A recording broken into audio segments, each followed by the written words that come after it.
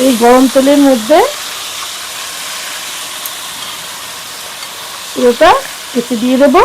Excuse me everyone, একটু সাবস্ক্রাইবটা করে দাও, একটু তাড়াতাড়ি করে দিও। বাজার থেকে চিকেন আসলে বাবা ছেলের লড়াই বেঁধে যায়। বাবা বলে পাতলা ঝোল করো আর ছেলে বলে ঝাল ঝাল করো। কার কথা শোনা যায় বলো তো? এবার যেহেতু ছেলে আমার নিজের একটা মাত্র ছেলে, এই ছেলের কথা শুনেই রান্নাটা করব। চলো কি রান্না করছি সেটা তোমাদের আস্তে আস্তে বলবো। এই দেখো আজকে ছেলের কথা মতো রান্না করব ঝাল ঝাল লাল লাল চিকেন কষা।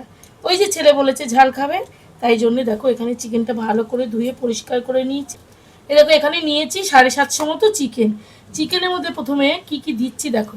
এই দেখো এখানে নিয়েছি লবণ, ধনে গুঁড়ো, জিরে গুঁড়ো, হলুদ গুঁড়ো আর কাশ্মীরি লঙ্কা গুঁড়ো দিয়ে সবটা দিয়ে দেবো এর মধ্যে।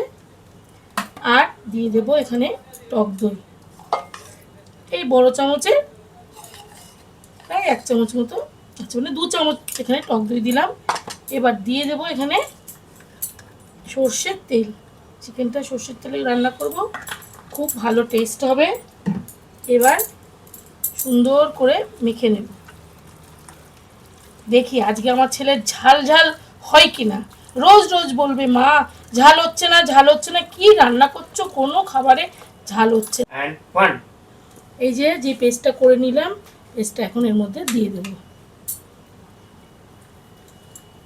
দিয়ে সুন্দর করে মেখে নেব। দিয়ে আর কি 8 ঘন্টা পরে রান্নাটা শুরু করে দেবো। মোটামুটি মাখার মধ্যে রান্নাটা কিন্তু অর্ধেক হয়ে গেছে। ভালো করে এইভাবে চেপে চেপে যদি মাখা হয় না, তাহলে চিকেনের মধ্যে পুরো মশলাটাও ঢুকে যাবে, খেতেও ভীষণ ভালো হবে। এদিকে চিকেনটা সুন্দর করে মেখে নিয়েছি, 8 ঘন্টা মতো রেখে দেবো।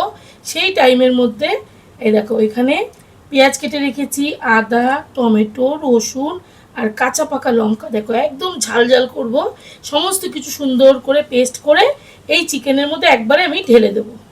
এই যে পেস্টটা করে নিলাম, পেস্টটা এখন এর মধ্যে দিয়ে দেব, দিয়ে সুন্দর করে মেখে নেব।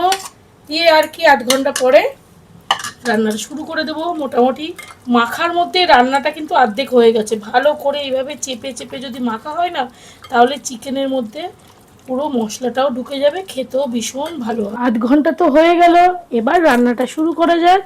কড়াইতে দিয়ে দেব সর্ষের তেল, যেহেতু চিকেনটা সর্ষের তেলে রান্না হবে। ওই যে তেলটা একটু গরম হতে বাকি আছে, এই গরম তেলে দিয়ে দেব তেজপাতা আর গরম মশলা, একটু মিশিয়ে নেব। তারপরে চিকেনটা দিয়ে দেবো, আর একটুখানি গরম হবে। মেখে রাখা চিকেনগুলো দিয়ে দেব, হাত দিয়ে দিয়ে দিচ্ছি এই গরম তেলের মধ্যে।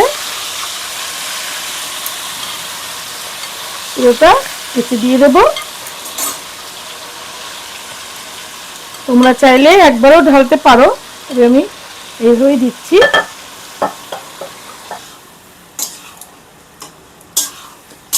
দেখো কি সুন্দর কালার এসছে, রান্না করতে করতেই কালারটা কি সুন্দর এসছে। এ দেখো বন্ধুরা চিকেন থেকে কতটা জল বেরিয়েছে। আমি চিকেনে কিন্তু একদমই জল দিইনি, কারণ জল ছাড়াই রান্নাটা হবে। যেহেতু দই দিয়েছি সেই জন্য দইয়ের জলেই আর চিকেন থেকে যতটা জল বেরিয়েছে ওইভাবেই রান্নাটা হবে। কালারটা তো বহুত সুন্দর এসছে, সত্যি আমার খুব পছন্দ হয়েছে কালারটা। আর তোমরাও দেখো তোমাদের কেমন লাগছে।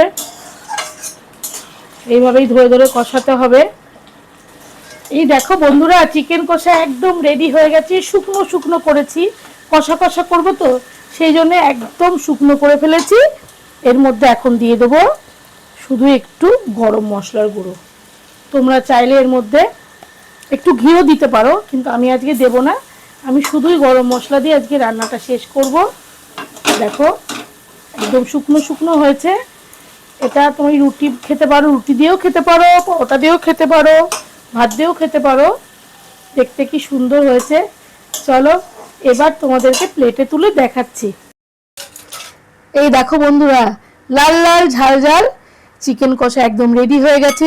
তেল কতটা বেরিয়েছে, তোমরা তেলটা কিন্তু অবশ্যই অ্যাভয়েড করে খাবে। আর আমি একটু খেয়ে দেখাচ্ছি, এই সাইড থেকে একটু নিচ্ছি। এই দেখো কেমন খুলে যাচ্ছে নিতে নিতে।